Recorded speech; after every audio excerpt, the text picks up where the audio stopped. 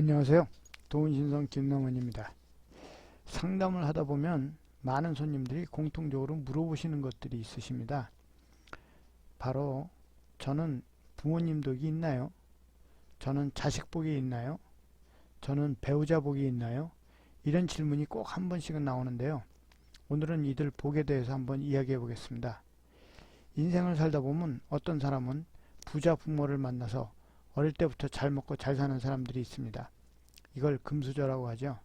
태어나면서부터 입에 금수저를 물고 나왔다.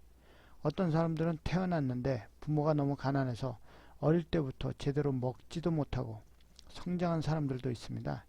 이런 사람들을 흙수저라고 합니다. 그럼 과연 사주에 이런 금수저와 흙수저의 부모복 구분이 나올까요? 대답은 나옵니다입니다. 그런데 문제는 여러분들이 생각하고 있는 부모복이 금수저를 의미하는 게 아니라는 겁니다. 옛날에는 결혼을 일찍 했습니다. 남자 여자 20살이 되기 전에 결혼을 했죠. 그럼 부인이 어린 나이에 아이를 낳게 되는데 당시 의료 수준이 너무 열악해서 대부분의 엄마들이 난산을 겪게 되면 돌아가시는 경우가 많습니다. 다행히 아이가 살아남았다면 여기서 문제가 되죠. 아버지는 아직 20살도 안 된 나이인데 아내가 아이를 낳다가 일찍 세상을 떠나면 얼마 지나지 않아 바로 새 부인을 얻게 됩니다.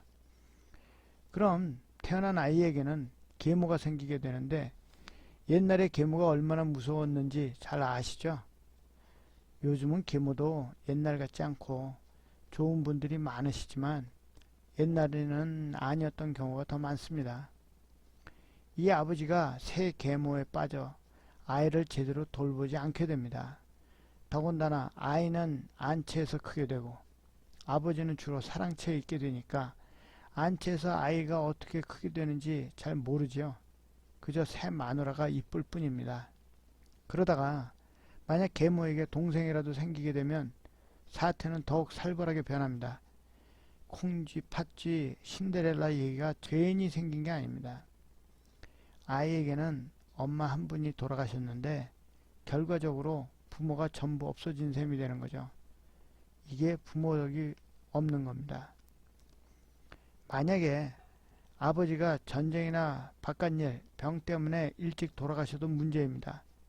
상황은 어머니가 돌아가신 것보다는 조금 더 낫긴 하겠지만 아버지 없는 시댁에 어머니가 혼자서 아이를 키우기가 쉽지 않습니다. 아들 잡아먹은 년이라는 누명을 쓰고 어려움을 겪게 될 수 있기 때문입니다. 그런데 요즘은 이런 일이 많지 않지만 옛날에는 이런 일이 아주 흔했습니다. 산모가 아이를 낳다가 돌아가시는 경우나 아버지가 일찍 돌아가시는 경우가 엄청 많았기 때문입니다. 이런 상황이기 때문에 아이가 어려서 장성할 때까지 부모가 모두 살아계시는 것이 부모덕입니다. 지금까지 이야기한 것이 부모덕에 대한 기본이지만 이를 바탕으로 부모의 유산을 받지 못하는 경우가 있고 일찍 부모와 떨어지게 되는 경우도 있습니다. 요즘은 유학이나 직장 문제로 부모와 결혼 전에 떨어지게 되는 경우가 있는데 이 역시 옛날에는 부모덕 없는 사주로 간주될 수 있는 부분입니다.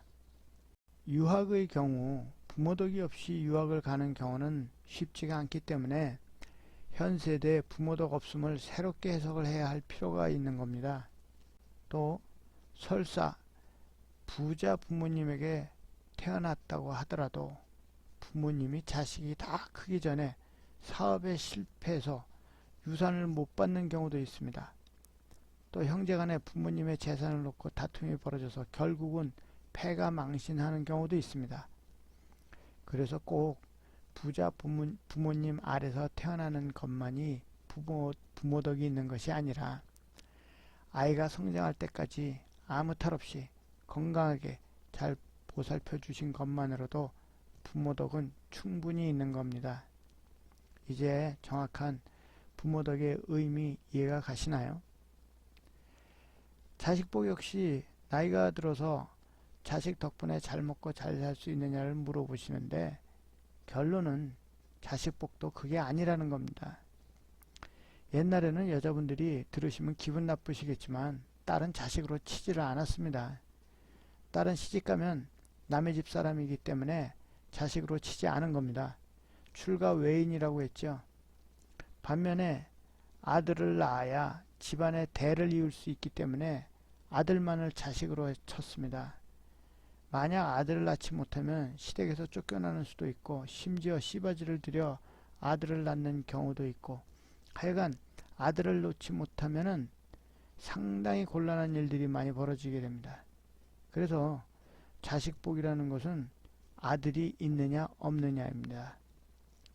요즘은 아들, 딸 구별 않고 모두 자식이고 더군다나 딸들을 더 선호하는 시대이니 자식복에 대한 것은 걱정하지 않으셔도 되겠죠. 또한 자식들이 성인이 될 때까지 아무 탈 없이 잘 성장할 수 있는 것 역시 자식복 중에 하나입니다. 요즘 이런저런 사고와 질병으로 자식이 완전히 성인이 되기 전에 사망하는 수가 많습니다. 이 역시 자식복이 없는 거죠. 만약 자식이 아무 탈 없이 성장했다면 그건 자식복이 있는 겁니다. 자식을 앞세우는 부모가 되지 않는 것만도 큰 자식복입니다. 늙어서 자식덕을 보려면 이건 자식들의 효도의 문제입니다. 자식을 키우면서 인성교육을 잘 시켜서 효도를 할 수 있게 만드는 것이 바로 자식복인데 가정교육과 인성교육의 중요함이 여기에 있습니다. 하지만 자식과 인연이 없는 사주를 타고 나셨다면 너무 큰 기대를 하지 말아야겠죠. 세상이 복잡해지다 보니까 자식들이 직장이나 결혼 때문에 먼 곳으로 떠나서 얼굴조차 보기 힘든 경우가 많기 때문에 이제는 자식에 기대어 살기보다는 건강하게 스스로 말년을 즐기는 방법을 찾는 것이 더 좋을 것입니다. 배우자 복은 좀 다릅니다. 왜냐하면 부모하고 자식은 내가 선택할 수가 없는 겁니다. 옛날에는 얼굴도 못 본 남자나 여자한테 부모가 점지해서 결혼을 하는 경우가 있었기 때문에 배우자 복을 따졌지만 지금은 그게 아닙니다. 그 당시에도 부모들이 배우자를 찍어주시긴 했지만은 부모님들은 나름대로 사주 궁합을 교환하면서 선택을 하는 경우가 있었습니다. 역시 자식이나 부모와 달리 배우자는 선택의 여지가 있었죠. 지금 시대에는 배우자는 내가 선택을 할 수 있습니다. 그렇기 때문에 배우자를 잘 고르면 될 일입니다. 배우자를 잘 고르는 방법은 궁합을 통해서 상대방의 성격, 결혼운, 대운의 흐름 등을 미리 고려하면 큰 문제 없이 선택하는 데 도움이 될 겁니다.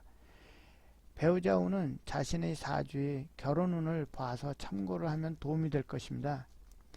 이렇듯 여러분들이 생각했던 부모덕, 자식덕, 배우자덕이 다 다르죠.